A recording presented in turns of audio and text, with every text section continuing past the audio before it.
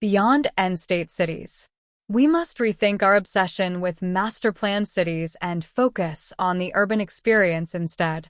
Article by Sanjeev Sanyal and Aakanksha Arora. India is urbanising rapidly. Any negative consequence of urbanization leads to frequent calls for better planned cities. So, what does this exactly mean? Since independence, India has been attempting to plan its cities using instruments like master plans, building bylaws, etc. Yet, the result has been far from satisfactory. In this article, we argue that this failure arises from trying to force-fit a complex adaptive system like a city into a prescriptive, static end state. It would be far better to use a flexible framework that allows the city to evolve while maintaining civic order, infrastructure, local character of public spaces, and so on. The key tool used by Indian urban planners is a master plan, which is basically a layout blueprint, mostly based on the principles of Cartesian zoning that classify land parcels into residential, industrial, roads, open spaces, etc. Planners decide on desired land uses based on long-range forecasts of population and socioeconomic activity. Various urban requirements such as housing, shops, offices, transport, and more are then fixed on this basis. Master plans then freeze land use for decades based on these forecasts. The problem is that cities rarely grow in line with forecasts, and we end up with dysfunctional cities. The problem is not about poor forecasting, but the fact that cities, like other complex adaptive systems, are fundamentally unpredictable. For instance, in the 1980s, no one could have predicted the rise of an IT hub in Bangalore, the agglomeration of global back offices in Gurugram and Noida, or Bandra Kurla replacing Nariman Point as Mumbai's financial hub. Since a static plan is incapable of being adjusted easily to changing economic trends, ad hoc decisions outside the framework override provisions in the plan. As mentioned by urbanist Vidyadhar Padak, the implementation of master plan, in terms of works envisaged, does not exceed 25% of the plan. In addition, despite elaborate development control mechanisms, 30 to 50% population lives in squatter settlements and many informal activities take place on streets. Similar results have been pointed out in various studies. For instance, a 2014 study by Abhay Pev and his co-authors studied variation in actual land use from the plan of 1991 to 94 in the K East Ward of Mumbai. They found that land under industrial use comprised 26% and commercial use comprised 14%, as opposed to 43% and 3% respectively in the master plan.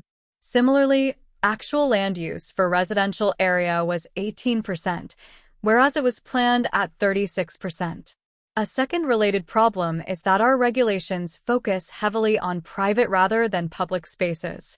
An article by Kunal Kumar in 2023 studied the master plans of 5 Indian cities, Ahmedabad, Bhopal, Nagpur, Panaji, and Jaipur, and found that 75% of the regulations were about the private realm, including balcony dimensions, building setbacks, plot sizes, and so on.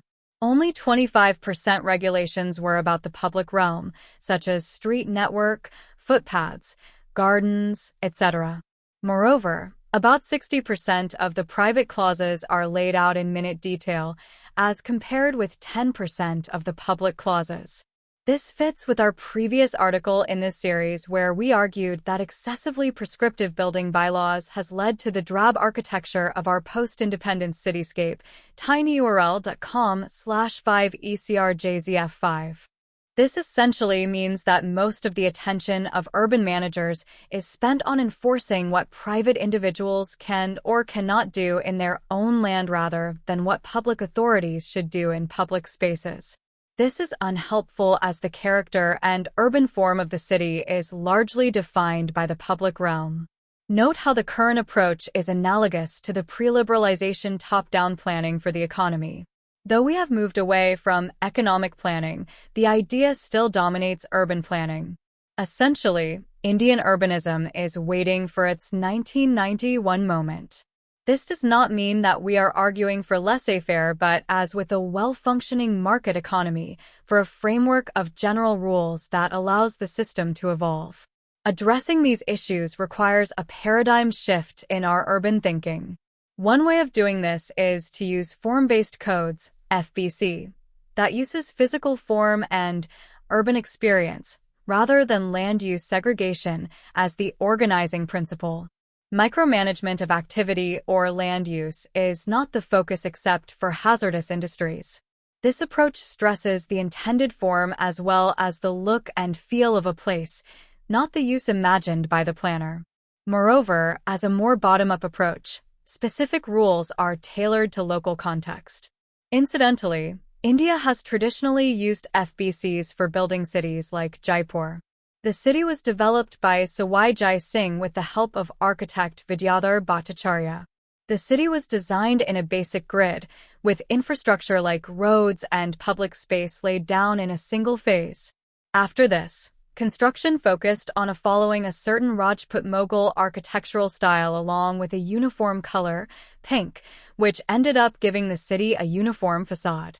With time, the palaces have gone from royal residences to tourist hotspots, and the workshops have changed their trade, but Jaipur's old city retains its unique identity. Urban experience is now widely used as an organizing principle in many modern cities around the world. For example, Singapore has deliberately built up a dazzling, ultra-modern skyline in the last 2 decades by using iconic buildings, super trees, and the creative reuse of old buildings. This did not happen in one shot but through iteratively adding to an overall vision of a certain urban experience. Delhi's Central Vista project, which is both adding new buildings and creatively reusing old ones, should be seen as another manifestation of this idea. This piece was to start a discussion on the need to rethink our obsession with master-planned end states. We will discuss form-based codes in more detail in our next article.